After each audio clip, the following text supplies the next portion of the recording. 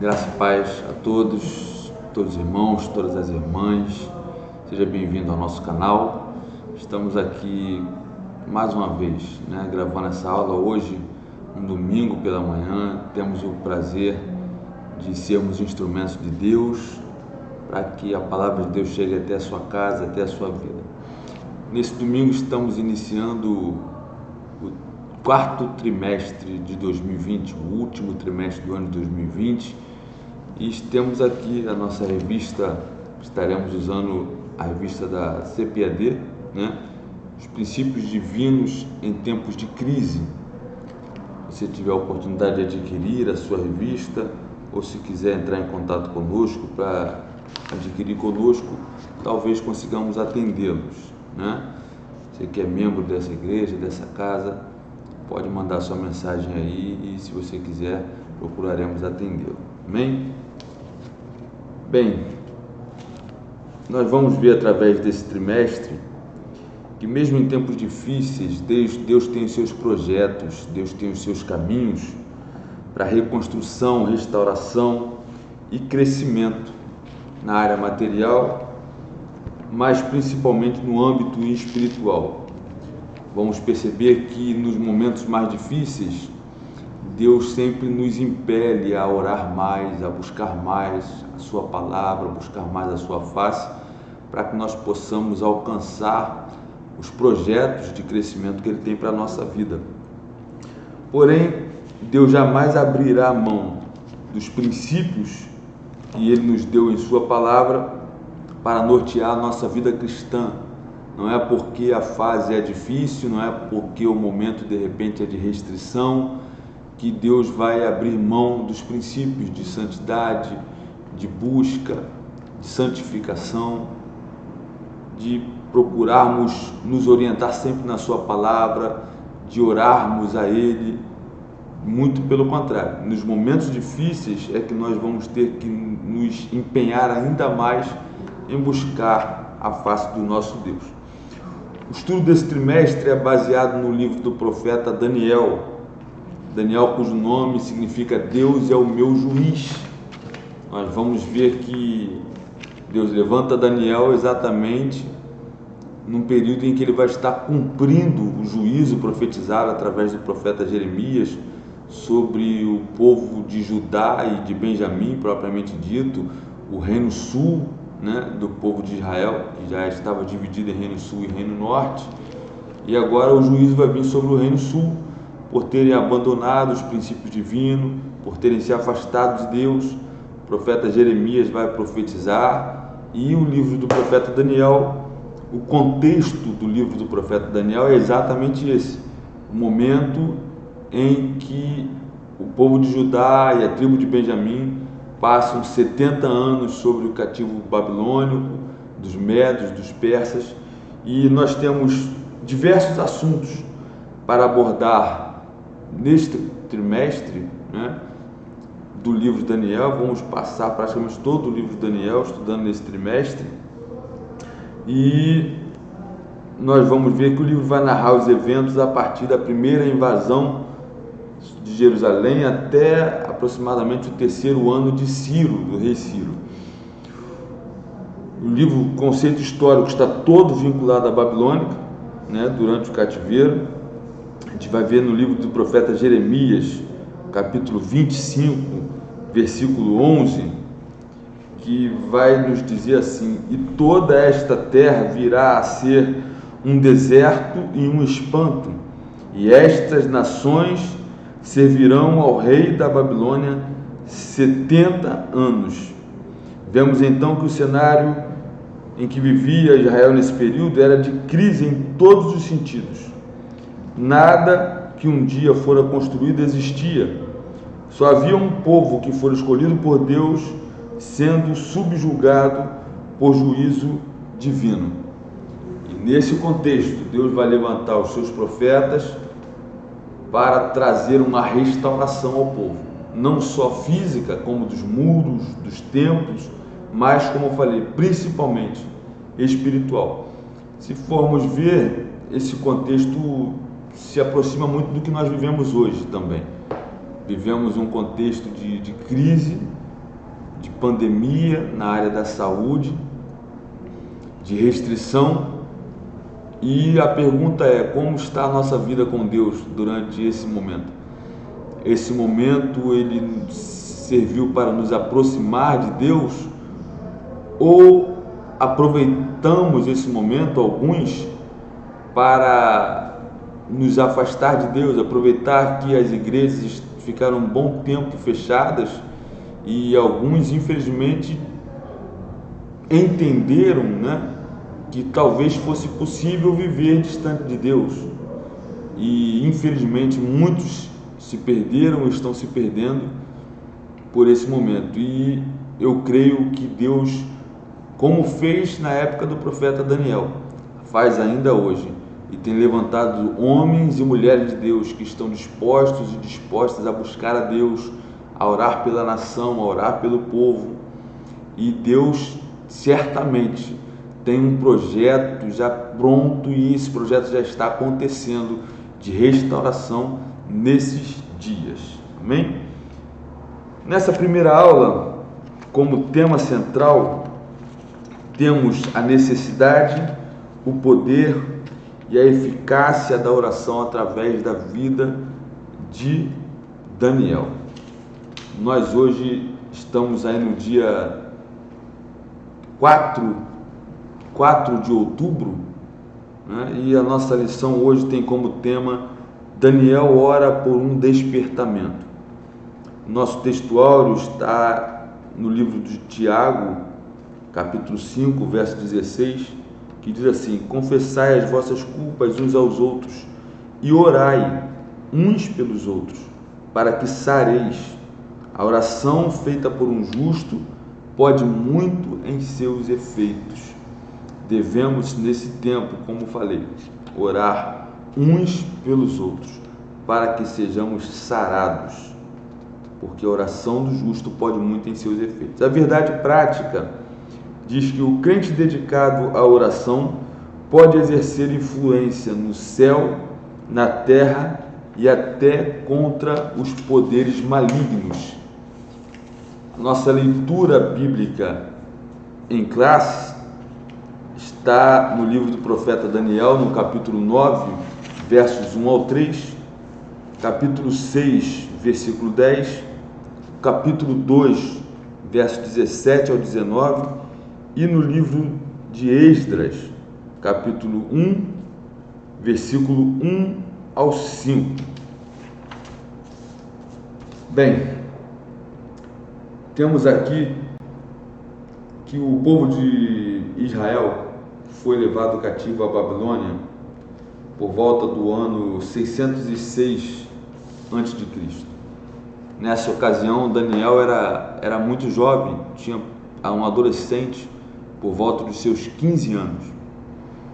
Mas mesmo com pouca idade, Daniel já vai mostrar logo no início do livro que ele já conhecia Deus o suficiente para entender que a santificação a Deus, a consagração a Deus através da separação das coisas do mundo era o diferencial para quem queria ser vitorioso. Nós conhecemos bem a história de Daniel, creio que a maioria dos que estão me assistindo conhece a história do profeta Daniel, que tem ali como ponto principal no início do livro, quando ele chega à Babilônia e é apresentado a ele os manjares do rei, e ele entende que aquele manjar, por ser comida oferecida a outros deuses, comida oferecida a ídolos, não faria bem a sua comunhão com Deus. Portanto, ele coloca no seu coração o desejo de não se contaminar com aquelas iguarias e chama o chefe da guarda e pede para que permitisse a eles não se comerem aqueles manjares, mas que apenas comessem legumes e água. A princípio, o chefe da guarda se assusta, mas permite experimentá-los por 10 dias. E ao final desses 10 dias, e após todo o período, ele observa que Daniel e os seus amigos estavam ainda mais fortes e mais belos do que todos os outros jovens. E assim que acontece conosco, Deus ele garante garante em nossas vidas a vitória quando nós nos propomos a nos separar para Deus, a nos consagrar para Deus. Então vejamos, aqui no tópico 1, diz que Daniel foi despertado para orar.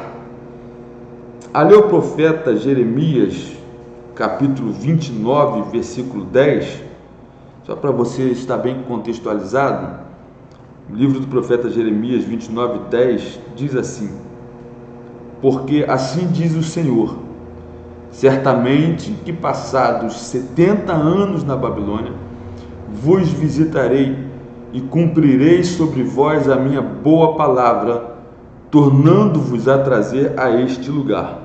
Então, quando Daniel lê esse texto, ele percebe que são 70 anos de cativeiro, esses 70 anos estavam já para se findar, mesmo que ainda não notasse qualquer sinal de mudança, tivesse acontecendo na direção de uma mudança radical, Daniel ainda vai continuar buscando a Deus e orando para que se cumprisse a palavra.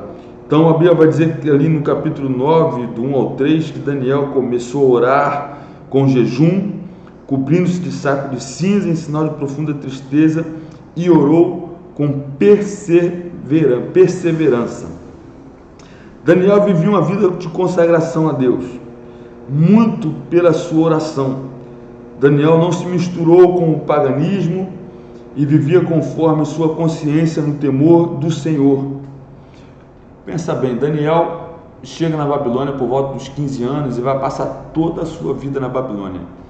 Um povo estranho do seu, um povo com uma cultura diferente da sua, um povo que adorava a deuses diferentes dos seus, e nós conhecemos um pouco dos cultos a esses deuses, cultos voltados à prostituição e cultos voltados à libertinagem.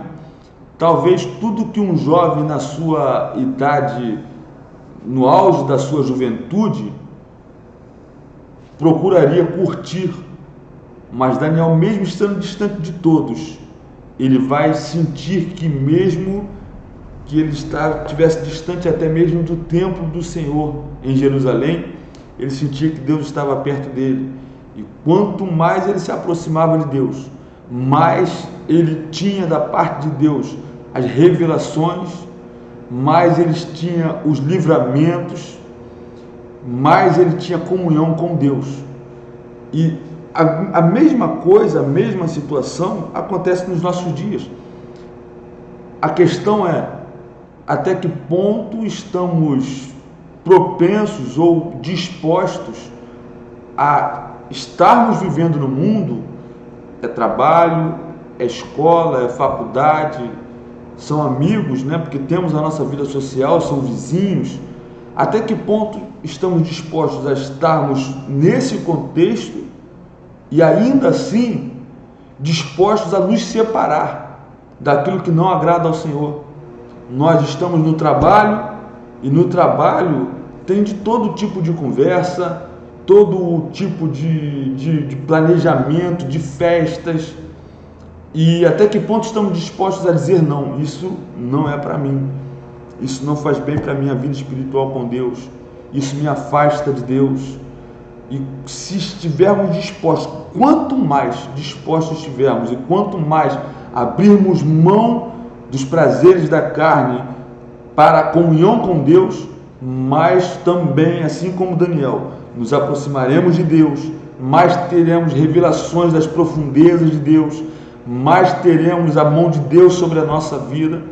Então, o que essa lição nos ensina, a princípio, é que vale a pena nos consagrar, vale a pena sermos fiéis a Deus, vale a pena buscarmos a Deus em oração, vale a pena buscarmos a Deus pela sua palavra. Daniel é considerado um exemplo, é um modelo para todos nós cristãos. Se nós conseguirmos olhar para Daniel e colocar em prática na nossa vida, a prática da vida de Daniel, seremos excelentes cristãos com certeza. Daniel orava, tinha o bom costume de orar 3 vezes ao dia. Era já fazia parte da rotina da vida de Daniel. Eu não sei, de repente você que está me assistindo tem até um costume acima desse, ora até mais vezes, e é bênção. Mas se não, na realidade, o que conhecemos, o que vemos, pela grande maioria, é que muitos vêm na igreja um culto na semana, quando é isso, e já sentem que acham que isso é o suficiente para se aproximar de Deus. Na sua casa, com a sua família, não oram, não buscam a Deus, e inevitavelmente a nossa vida, ela ou é ocupada pelas coisas de Deus ou pelas coisas do mundo. São frutos do Espírito e obras da carne. Se alimentamos o Espírito, conseguimos resistir à obra da carne. A Bíblia vai dizer assim: andeis em Espírito e não cumprireis a concupiscência da carne. Então, quanto mais estivermos voltados às coisas espirituais, mais estaremos fortalecidos para resistir às obras da carne. Então, isso nos dá estrutura espiritual. E essa estrutura espiritual vai nos capacitar, assim como capacitava Daniel, para enfrentar verdadeiros combates através da comunhão com Deus e através da oração a Deus.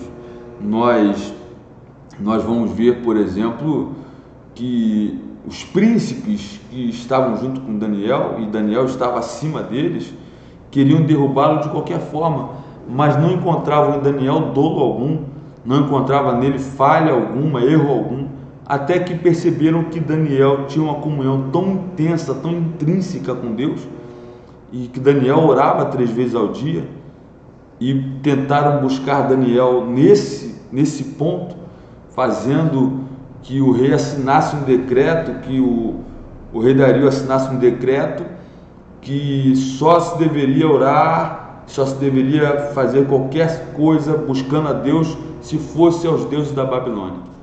E quando o rei Dario, sem pensar, assina esse decreto, porque era muito amigo de Daniel, eles vão tentar pegar Daniel nisso. Vocês conhecem a história. Daniel vai ser condenado à cova dos leões e Deus vai ali na cova dos leões lhe dar o livramento. Nós vamos ver também que quando nós oramos e buscamos a Deus, Deus promove as mudanças necessárias para que nós venhamos a sair da fase de crise e começar a ver as mudanças de uma nova fase de Deus na nossa vida. Enquanto Daniel orava, por exemplo, a gente vai ver que Belsazar estava reinando. Na realidade, o rei da época era Nabonido, e Belsazar era seu filho, e estava na capital, na cidade da Babilônia.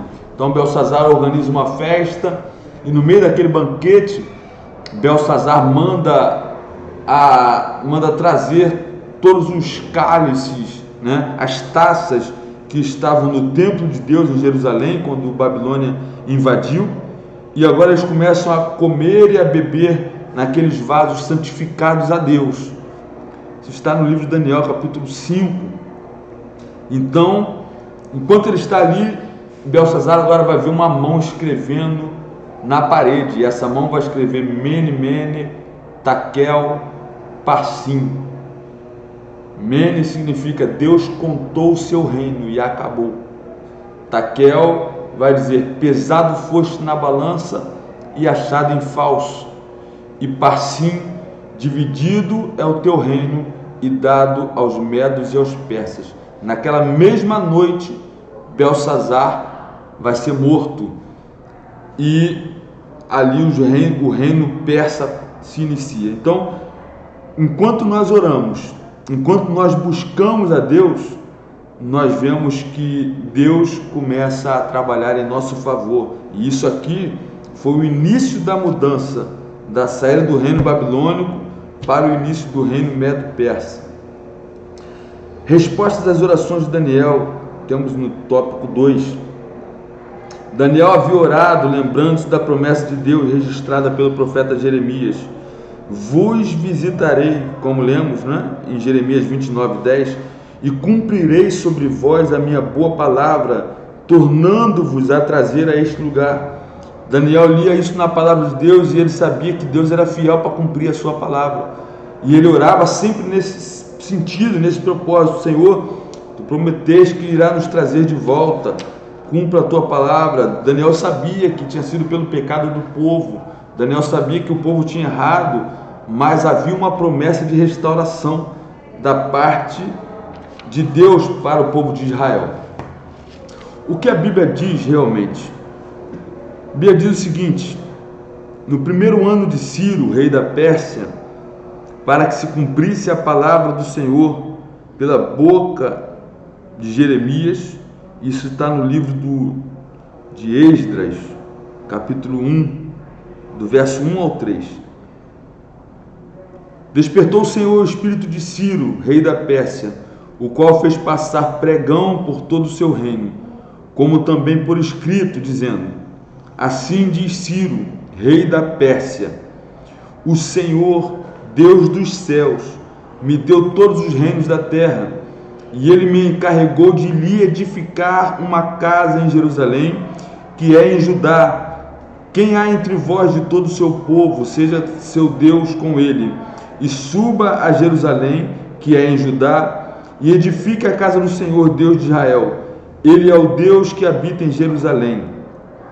Nós vemos que Deus levanta um homem pagão, que era persa, rei da Pérsia, e Deus usa esse homem como instrumento de restauração, de reedificação, para que Jerusalém fosse reconstruída, para que o templo fosse reconstruído.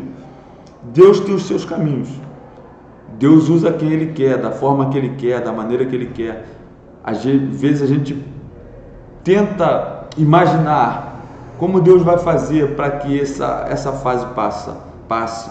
Como Deus vai fazer para que a situação da minha vida mude. Como Deus vai fazer para que eu prospere. Como Deus vai fazer para que eu alcance os meus objetivos. Nós não devemos pensar assim. Não devemos nos preocupar com a forma que Deus vai agir. Nós não devemos nos preocupar da maneira que Deus vai fazer. Às vezes pensamos que Deus vai usar a pessoa tal porque ela é bem sucedida. Deus vai usar o homem tal, a mulher tal. E não, Deus tem os seus meios. Deus trabalha da forma, na maioria das vezes, da forma que nós menos imaginamos, da forma que nós menos pensamos. Os caminhos de Deus são mais altos que os nossos caminhos.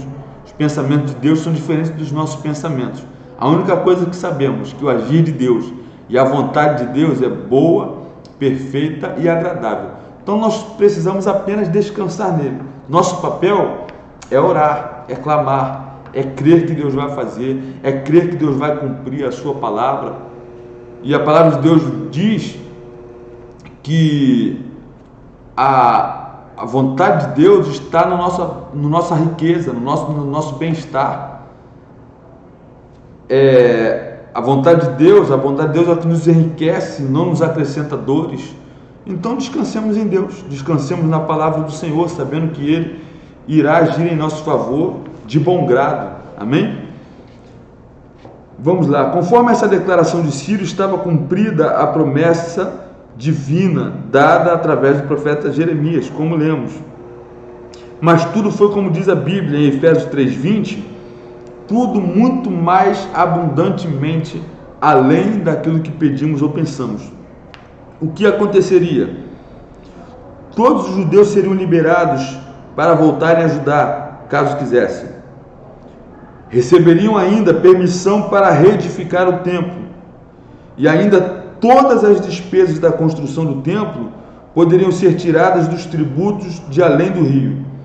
E além disso, os vasos sagrados deveriam ser entregues aos cuidados de Zorobabel, que agora era nomeado governador dos judeus pelo rei Ciro, para serem transportados de volta para Jerusalém. E aqui, para encerrarmos, o resultado de um despertamento proveniente de Deus. O rei Ciro foi despertado em seu espírito, como diz no livro do Esdras 1:1. Despertou o Senhor o espírito do rei Ciro. Talvez ele, pelo contato com Daniel, de Ciro com Daniel, Daniel é um homem que, eu penso que era um homem que falava de Deus o tempo todo, orava a Deus o tempo todo e falava de Deus o tempo todo. E através desse contato com Daniel é que Ciro veio a conhecer a Deus. E ele teve uma experiência pessoal com Deus no seu coração e passou a compreender as realidades de Deus que ele antes ignorava. Ciro vai passar a ver Deus como o Senhor dos céus, como lemos em Esdras 1:2. Não somente Ciro, como outros homens, teve o contato com Deus e a partir desse contato, a partir desse conhecimento, teve sua vida transformada. Um outro exemplo é o próprio rei Nabucodonosor. Demorou a aprender essa lição, precisou passar ali um período vivendo como animal para reconhecer que Deus era realmente Deus sobre toda a terra. Cada despertamento verdadeiro faz com que o homem veja a majestade de Deus, sentindo a sua própria pequenez, o seu pecado e a sua baixeza. Outro exemplo, o próprio Saulo, que buscava matar os cristãos até o momento que teve um real encontro com Deus e vai passar a ser de perseguidor dos cristãos o maior desbravador do evangelho, o maior pregador da palavra de Deus, e agora vai ser de perseguidor a perseguido. O próprio Zaqueu também, a partir do momento que teve um encontro com Deus, ele decide a pagar quadruplicadamente se tivesse defraudado alguém. Então é isso que o contato de Deus nos traz, é isso que a experiência com Deus nos traz, transforma a nossa vida. Mas tudo isso que nós falamos, todo o livro de Daniel, ele acontece porque Deus escolhe um homem que está disposto a buscar a Deus acima de tudo, está disposto a ter uma comunhão com Deus acima de tudo, abrir mão do que for preciso pela manutenção dessa comunhão. Que nós, nessa manhã, estejamos dispostos a isso, buscar a Deus acima de tudo, manter a nossa comunhão com Deus acima de tudo, seja qual for o custo disso. Talvez amigos vão sair de perto de você, talvez algumas amizades que não agradam a Deus vão te deixar, mas pode ter certeza que muito mais vantajoso é estar perto de Deus do que perto do mundo. A Bíblia vai dizer: os que constituem-se amigos do mundo constituem-se inimigos de Deus, e eu prefiro ser amigo de Deus do que amigo do mundo. Isso não significa ser um elemento espiritual, isso não significa estar trancado dentro de uma casa sem contato social com ninguém, não. Isso significa simplesmente priorizar o que vem de Deus, priorizar os princípios bíblicos, os princípios divinos, independente da situação que estamos, e temos a certeza que Deus nos dará a vitória. Você possa ficar com a bênção do Senhor sobre a sua vida, sobre a sua casa, em nome do Senhor Jesus. Que Deus abençoe. Oremos. Senhor Deus e Pai, te pedimos, ó Deus, nesse momento, Senhor, por todas essas vidas que estão nos assistindo, por todos que têm o prazer, Senhor, de ouvir e aprender a Tua Palavra. Senhor, que sejamos fortalecidos em Ti, Senhor, nesse tempo tão difícil que vivemos. Senhor, que nós possamos encontrar força, Deus, para buscar em Ti, na Tua Palavra, para Te buscar em oração, para nos consagrar a Ti, para nos separar cada dia mais, ó Deus, dos pratos que o mundo oferece, Senhor, para que estejamos cada vez mais alimentados, ó Deus, pelo Teu Espírito Santo. Fica com todos, ó Deus, que a Tua paz, que a Tua alegria inunde os lares, ó Deus. Repreende, Senhor, nesse momento, nesse período, Senhor, todo espírito de depressão, Senhor. Repreende essa doença dos lares, ó Deus, dos Teus filhos, ó Deus. Que a Tua alegria, Senhor, venha inundar, Senhor, todas as vidas que estão conosco, nos assistindo. Fica conosco, é o que Te pedimos e agradecemos em nome do Senhor Jesus. E que a graça do nosso amado Senhor Jesus Cristo, que o amor de Deus e a comunhão e a consolação do Espírito Santo seja com cada um de nós, não somente hoje, mas para todo sempre. Amém.